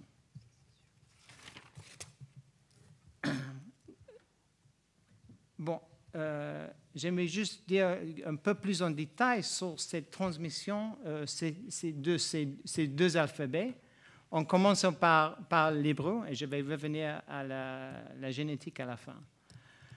La première lettre de l'hébreu, c'est Aleph. Il n'a pas un son, il a besoin d'une voyelle pour avoir un son. Et c'est le mot qui donne le premier homme, qui est Adam, qui vient de la terre, qui est Adama. Okay? Et Dieu créait, donc si vous me permettez de citer la Bible, Vaikra Elohim et Adam Betsalmo, Dieu a créé l'homme dans son image, Betselem Elohim bara oto, dans l'image de Dieu, il l'a créé, Zachar ou Nekeva bara otam, masculin et féminin, il les a créés. Vayivarech otam Elohim vayomer lahem, Elohim, Puru urvu imilu et haaretz. Et Dieu les a bénis, et il a dit, Puru urvu, soyez fructifiés, pardon, je garde pour... Ouais. Et remplissez la terre. La première chose que Dieu demande à l'homme, Adam, c'est de se procréer. C'est le premier commandement divin, c'est d'avoir des enfants. La femme est aussi commence avec un aleph, Isha, elle est créée, et elle est, au contraire à d'autres traditions, la femme, elle n'est pas le servant de l'homme, elle est au contraire Ezen Kenegdo, elle est là pour être un équilibre, un partenaire et un partenaire dans la création. Maintenant, si on tourne à la deuxième lettre. La deuxième lettre de l'alphabet hébraïque, c'est Bet. C'est une lettre qui est dure, qui a un son. Et si on met les deux ensemble, Aleph et Bet, on a Av, le père. Et si on met le mère, Aleph et Mem, on a M, qui est mère. Le Aleph nous donne Adama, la terre, Adam, l'homme, Av, le père, et M, la mère. Maintenant, si on tourne aux deuxième lettre. La deuxième lettre qui nous donne le père nous donne aussi le mot Ben, qui veut dire fils, et Bat, qui veut dire fille. C'est les mots que vous entendez dans Bar Mitzvah et Bat Mitzvah. Fils et fille vient du deuxième lettre Bet, et donc on a Aleph pour le père et la mère, et Bet pour le fils et la fille. Je vous avais dit que comme la génétique, les mutations, les petits changements changent le sens. On ajoute une lettre, on change le sens. On ajoute Vav à Aleph et Taf, on a les lettres de haute. Maintenant, si on ajoute le lettre Yud, qui est dans la tradition juive la représentation de Dieu ou du divin, le Bet Yud Nun de Ben vient Ben qui veut dire entre. Et si on ajoute le Yud dans le Bat, la fille, elle devient Bait qui veut dire maison et famille. Et donc, quelque part, ça donne une explication ancienne, juive, à la compréhension de c'est quoi la filiation. La filiation, c'est d'être ben, d'être entre, de comprendre la filiation de l'effet qu'on est un lien, je crois que vous avez utilisé le mot, un lien, un lignage entre nos pères et nos enfants. Et pour moi, c'est ça la filiation, c'est la généalogie, c'est d'être un lien entre une génération avant et une génération suivante. Vous avez parlé de votre grand-mère et de vos petits-enfants. C'est ça d'être ben, et c'est d'être bat et bayet, c'est la construction d'un foyer familial. Tout ça est emblématique dans notre tradition par Abraham, qui est le père. Abraham veut dire, c'est Av, l'Aleph et le Bet, et Abraham qui veut dire le père de beaucoup de peuples. C'est le premier juif. Et il y a un moment de filiation dans la vie d'Abraham qui est très très fort, qu'on appelle dans la tradition la Akedah, où il est demandé par Dieu de sacrifier son fils. Et tous les deux sont en montagne, père et fils. Et il y a un moment où la Torah nous dit Vayalchu shenechem yardav, qu'ils sont allés tous les deux ensemble. Que le fils a quelque part accepté la tradition de son père, et c'est la transmission de cette tradition qui donne le ben, que son fils devient le lien entre lui et son petit-fils qui va être Yaakov. Dans la Torah aussi, on voit que la filiation n'est pas toujours clairement biologique ou génétique. Par exemple, Moïse passe une grande partie de sa jeunesse adopté par un père adoptif, mais sans perdre son identité biologique. En fait, son père biologique n'est pas vraiment mentionné. Il est juste dans la Torah, Moïse est introduit par un homme et une femme, anonyme.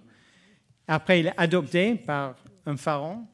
Et après, il transmet sa tradition, pas vraiment à ses fils Gershon et Eliezer, mais plus à Josué, qui est un peu son fils spirituel, son fils adopté.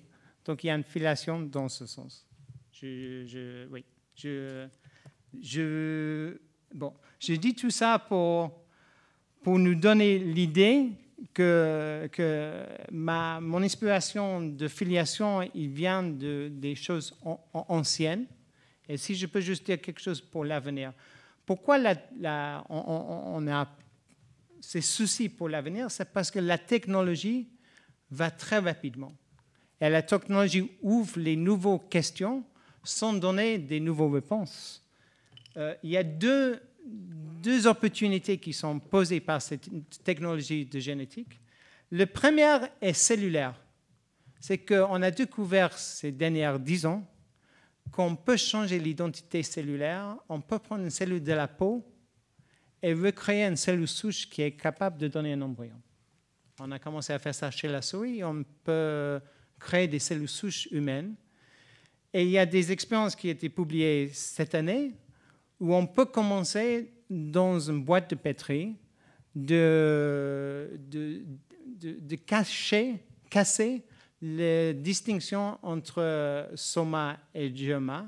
Et on peut créer à partir d'une cellule de la peau les cellules germinales qui seraient très proches à des cellules qui sont capables de donner les spermes et les œufs.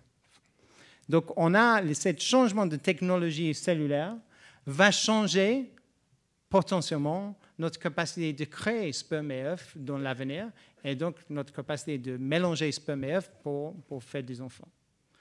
La deuxième technologie qui va complètement changer le monde de nos enfants, c'est le séquençage de l'ADN. Et la capacité de lire ces 4 lettres, les 3 milliards de copies de ces 4 lettres, tous vos enfants auront sur une clé USB le séquençage de leur propre génome. Moitié qui vient de vous et l'autre moitié qui vient du partenaire biologique. Et donc, moi, je suis convaincu que toutes les questions d'anonymat ne seraient plus une question parce qu'à partir d'un génome, on va voir la trace de notre histoire. La trace très proche de qui est père et mère, et aussi la trace ancienne, culturelle, des migrations des peuples, les Lituaniens, etc.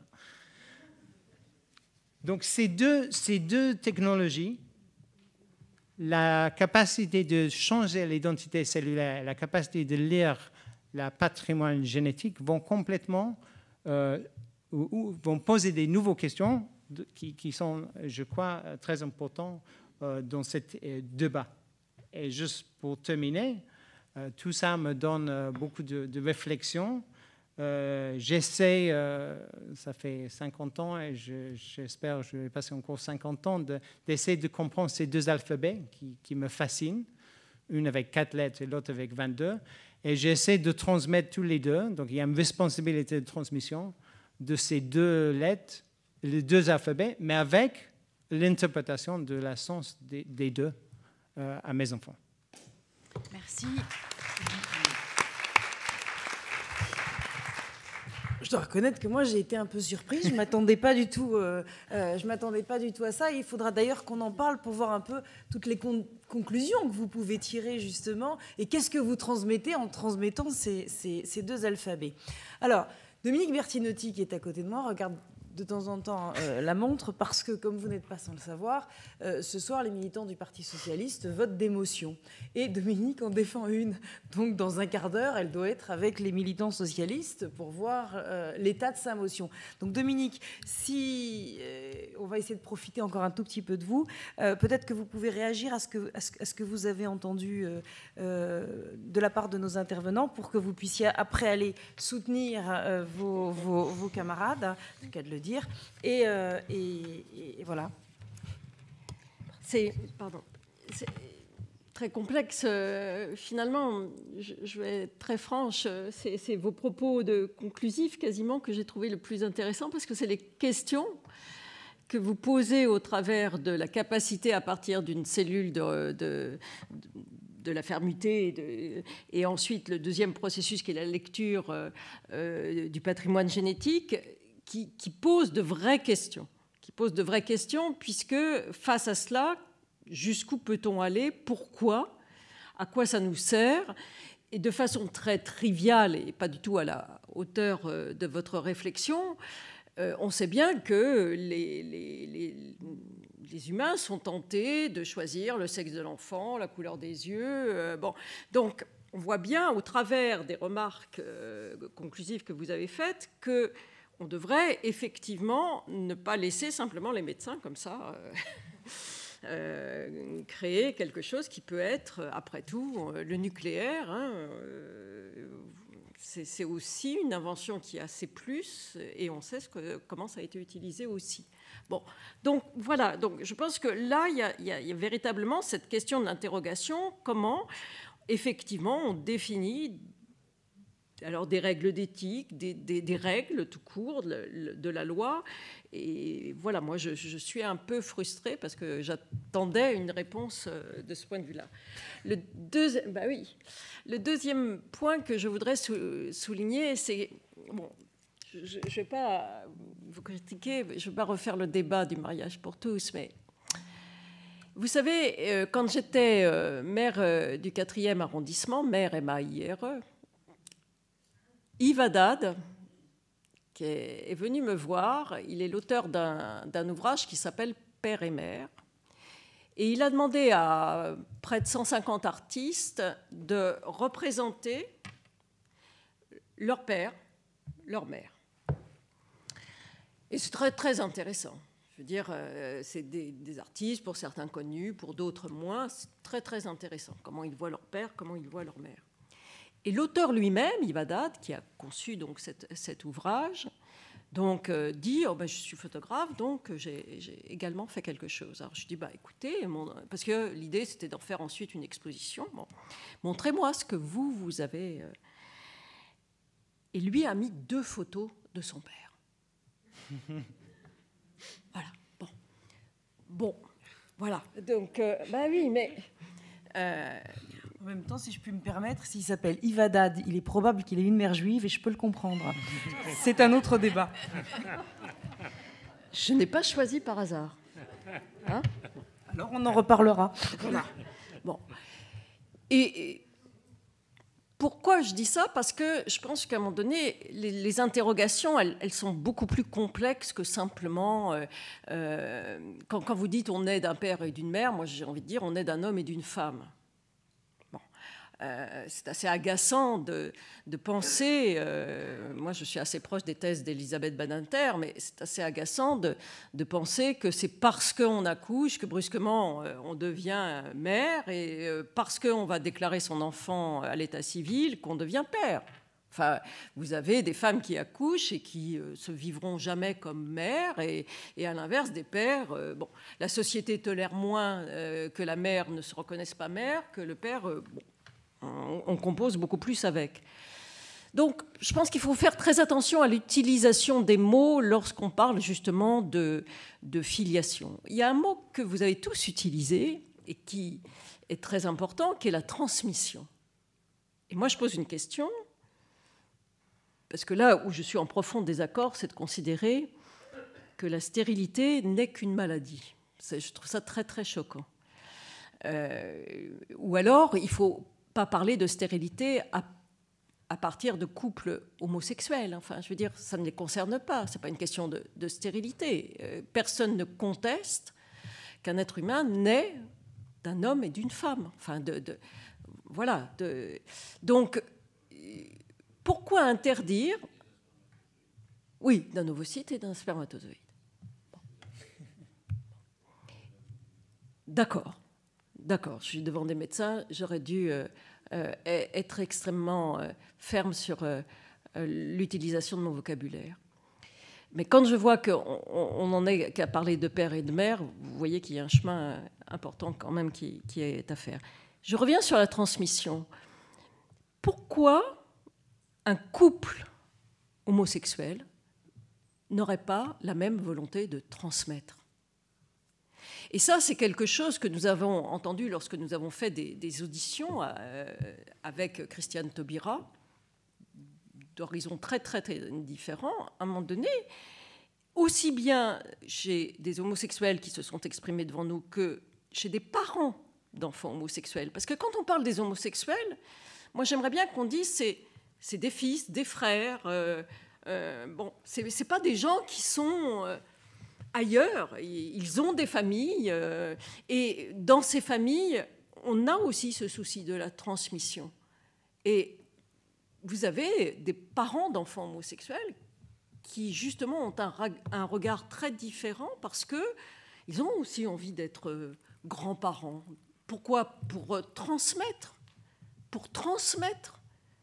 Donc, moi, ce qui m'étonne dans ce débat, c'est qu'on n'a absolument pas évoqué de façon approfondie, je pensais que ça serait la chose essentielle, sur la part de la filiation sociale, la part de la filiation biologique. Parce qu'il ne s'agit absolument pas de nier la filiation biologique. Mais est-ce qu'elle est supérieure à toute autre forme de filiation ? Et c'est bien ça qui est posé aujourd'hui dans notre société.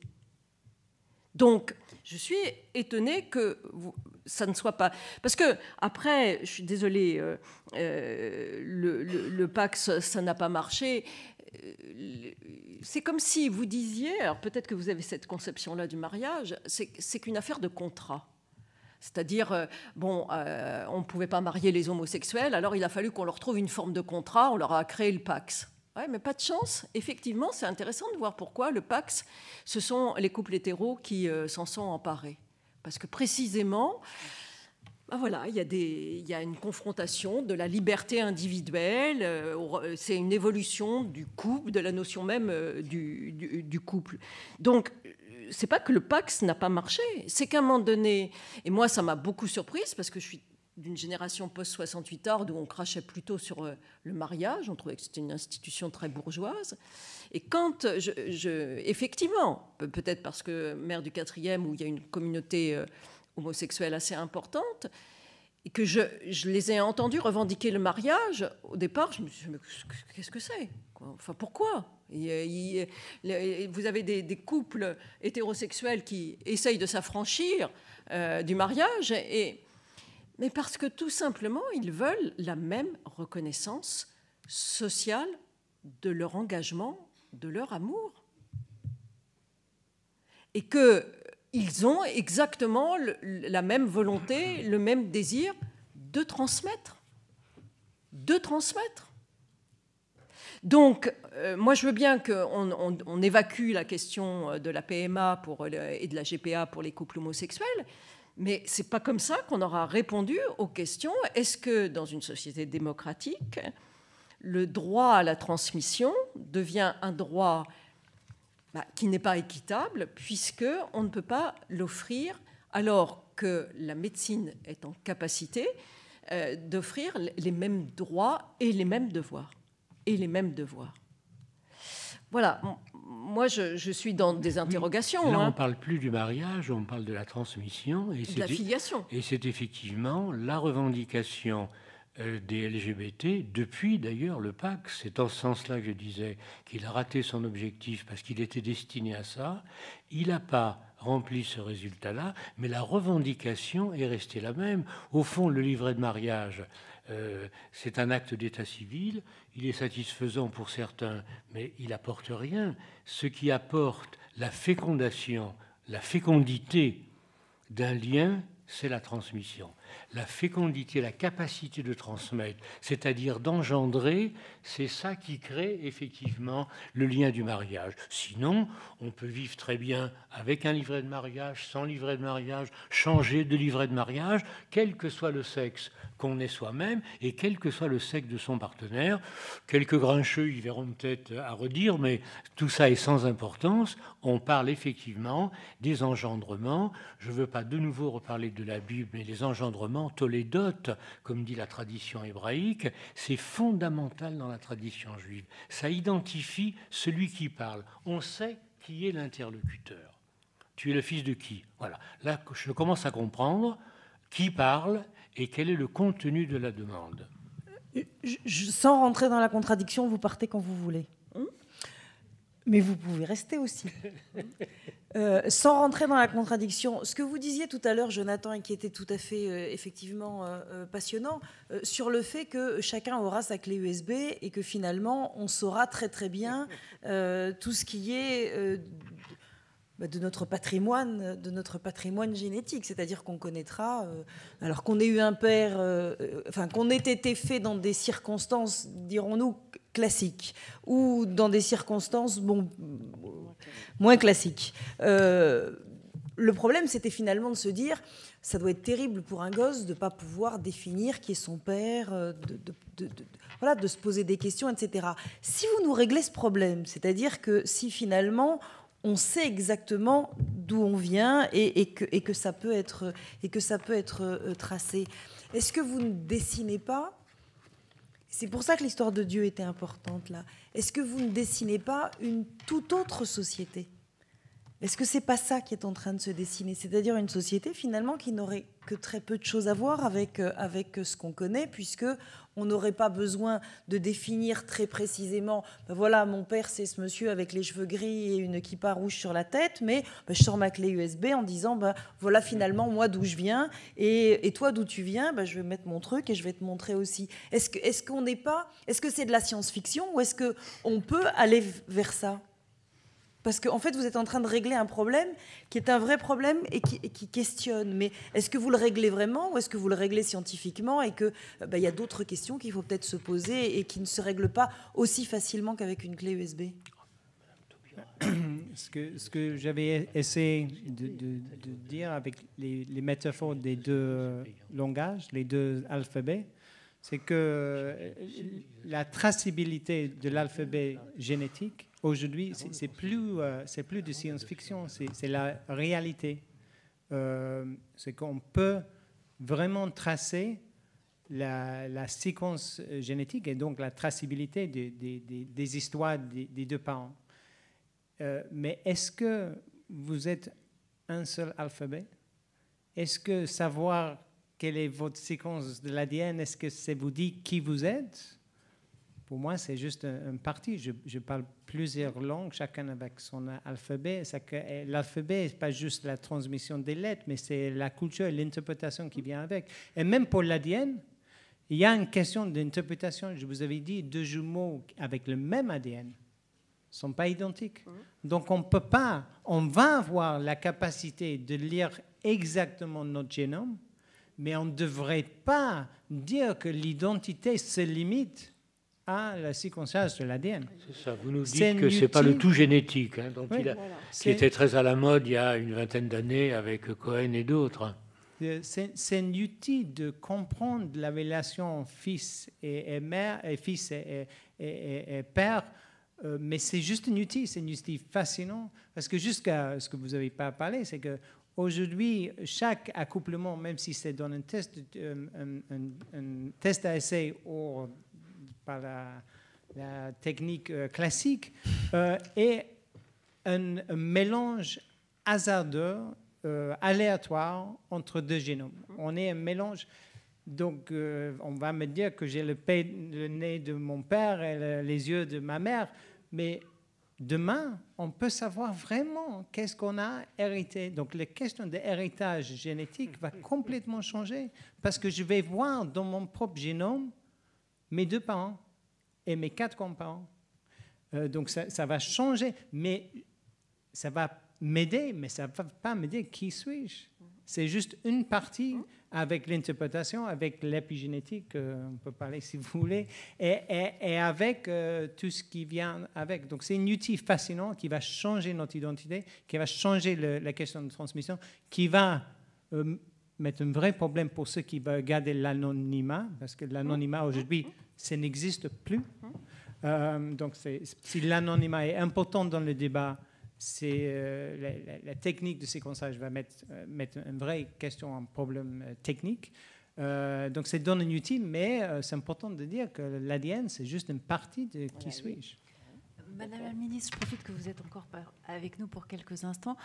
Par rapport à ce que vient de dire Jonathan Wiesmann, est-ce que finalement on n'aurait pas déjà un train de retard au niveau du politique ?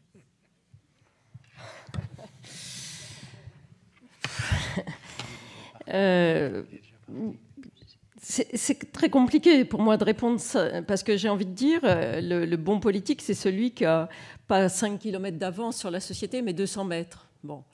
Et là, pour le coup, sur ces questions-là, on est très en deçà. Et en même temps, quand le politique a essayé de se mettre, je dirais, au niveau de la société, on a vu des forces très, très conservatrices. Moi, je crois qu'on ne va pas assez loin dans l'explication, mais parce que pourquoi ça dérange tant? Enfin, quand vous dites, on admet totalement ce que vous dites, que la connaissance, on aura une connaissance parfaite de son propre génome, mais que ça ne nous répondra pas à qui on est. On est entièrement d'accord là-dessus. Donc, est-ce que de cette confrontation, pourquoi il y a cette confrontation si violente entre des gens qui disent je ne dois reconnaître que la filiation biologique, et d'autres qui disent il ne s'agit pas de nier justement cette filiation biologique, mais il y a aussi une filiation qui peut venir en complément, qui apporte autre chose que simplement la filiation biologique. C'est pourquoi nous on semble d'accord, mais pourquoi c'est tellement dérangeant. Et au cours des débats qui ont eu lieu, j'ai compris à un moment donné qu'effectivement, il y avait un côté très dérangeant, parce qu'au fond, c'est simple quand on dit t'es le père, t'es la mère. La société vous confère un rôle. Vous ne demandez pas qui vous êtes. Vous êtes le père, vous êtes la mère. Ouais, mais quand on commence justement avec les nouvelles techniques de la science à dire bah oui, mais je couple hétéro, j'ai eu recours à la PMA, donc le père biologique n'est pas le père, et pourtant le couple se perçoit comme père et mère. Et on voit bien que c'est très, très dérangeant, parce que c'est là où je trouve très intéressant le débat avec les scientifiques, c'est-à-dire à un moment donné, qu'est-ce qui constitue véritablement l'identité de l'individu? Et vous vous dites très clairement, ça ne peut pas être que son génome.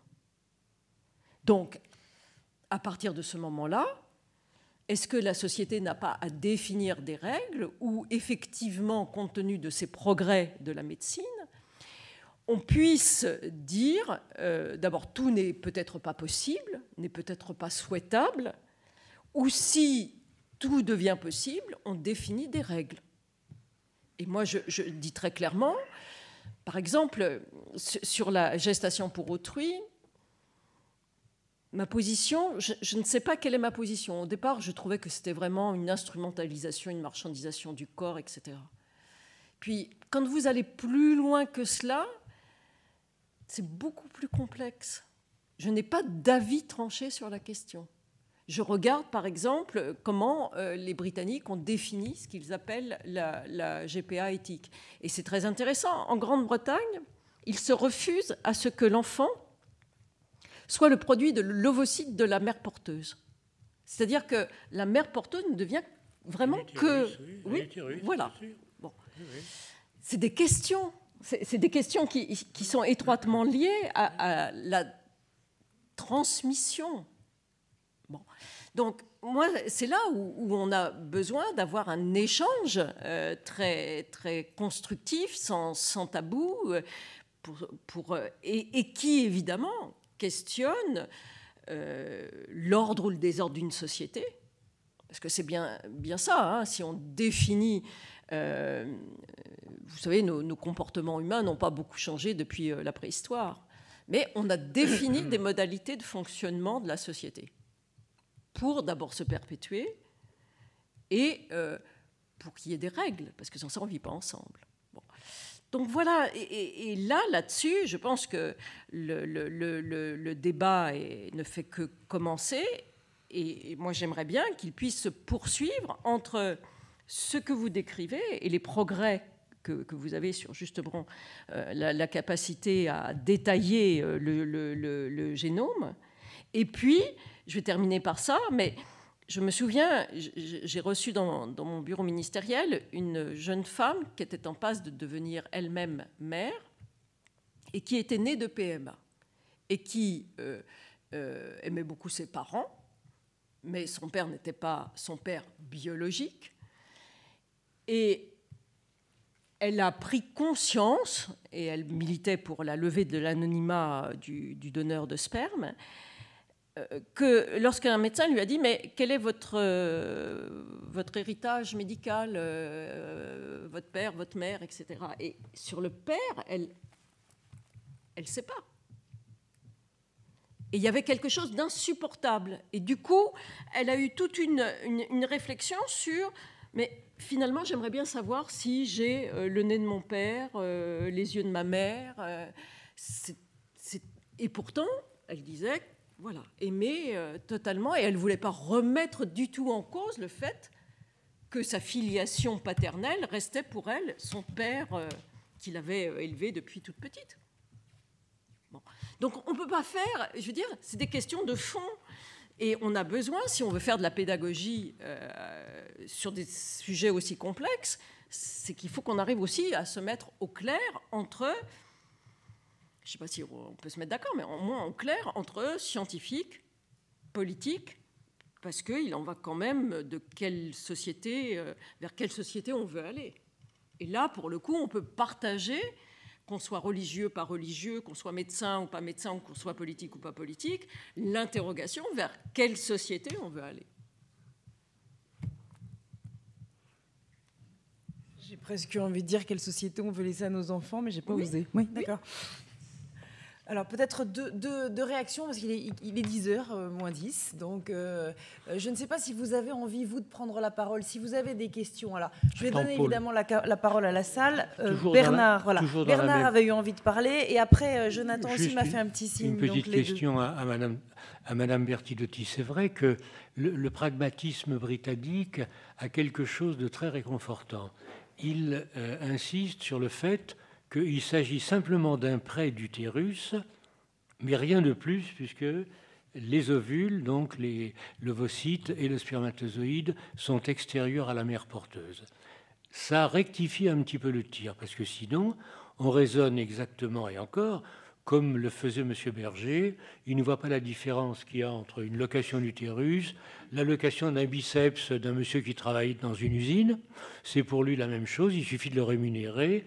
De même d'ailleurs que l'utilisation marchande du vagin d'une femme qui gagne sa vie de façon un peu particulière. Alors, il y a là quelque chose qui glisse. Là, vous savez, je fais un mauvais jeu de mots, mais ça devient extrêmement compliqué si on rassemble tout ça et qu'on essaye d'y voir un tout petit peu clair. Donc, encore une fois, méfions-nous de ce qui est ce jeu de transfert, de location, avec tout ce que ça suppose en arrière-fond de rémunération, de contraintes, de proxénétisme procréatif et de tout ce qui va dégénérer véritablement, non plus au niveau individuel.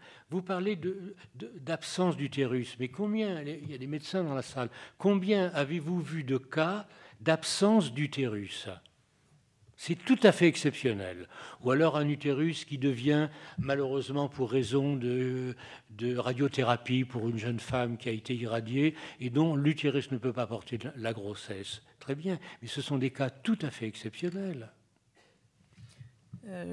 Jonathan ? Oui, je voulais juste, oui, très rapidement. Ce que vous avez dit au début, donc, dans la tradition juive, l'importance de la filiation, c'est parce qu'il va avoir les conséquences juridiques. Oui. Il y a des choses que des frères et sœurs, des mères et fils, il y a toute une série de choses qui sont interdites. Donc c'est pour ça que c'est important de définir un peu les contours de filiation. Et je regarde un petit peu dans la littérature juive. Pour le père, il y a un consensus qui est plutôt génétique, donc le donneur de sperme et le père. Mais pour la mère, c'est beaucoup plus complexe. Et dans la littérature juive, il y a toute une série de discussions, mais il y a une grande opinion qui disent que c'est la mère qui porte, et c'est la naissance qui donne la filiation de la mère, et la génétique qui donne la filiation du père, et avec toutes les conséquences juridiques, halachiques derrière. Je vais vous remercier les uns et les autres d'avoir participé. Irène Théry, merci infiniment d'avoir été là. C'est un grand plaisir et un honneur que vous nous avez fait. Et je veux vraiment le signaler, c'est une très très grande dame, Irène Théry. Et voilà, lisez ses livres, ils sont parfois un peu compliqués, je reconnais. Hein. Il faut parfois, il faut un peu s'accrocher. Mais quand vous vous accrochez, je peux vous dire que ça vaut le coup. Jonathan, c'est notre futur prix Nobel, ça je vous le garantis. C'est moi la première qui l'aurait dit, mais celui-là, c'est un futur prix Nobel. Et c'est peut-être Bernard qui l'accompagnera à Stockholm, on ne sait pas. Merci, merci Sabine, merci à vous tous et à très bientôt. Au revoir.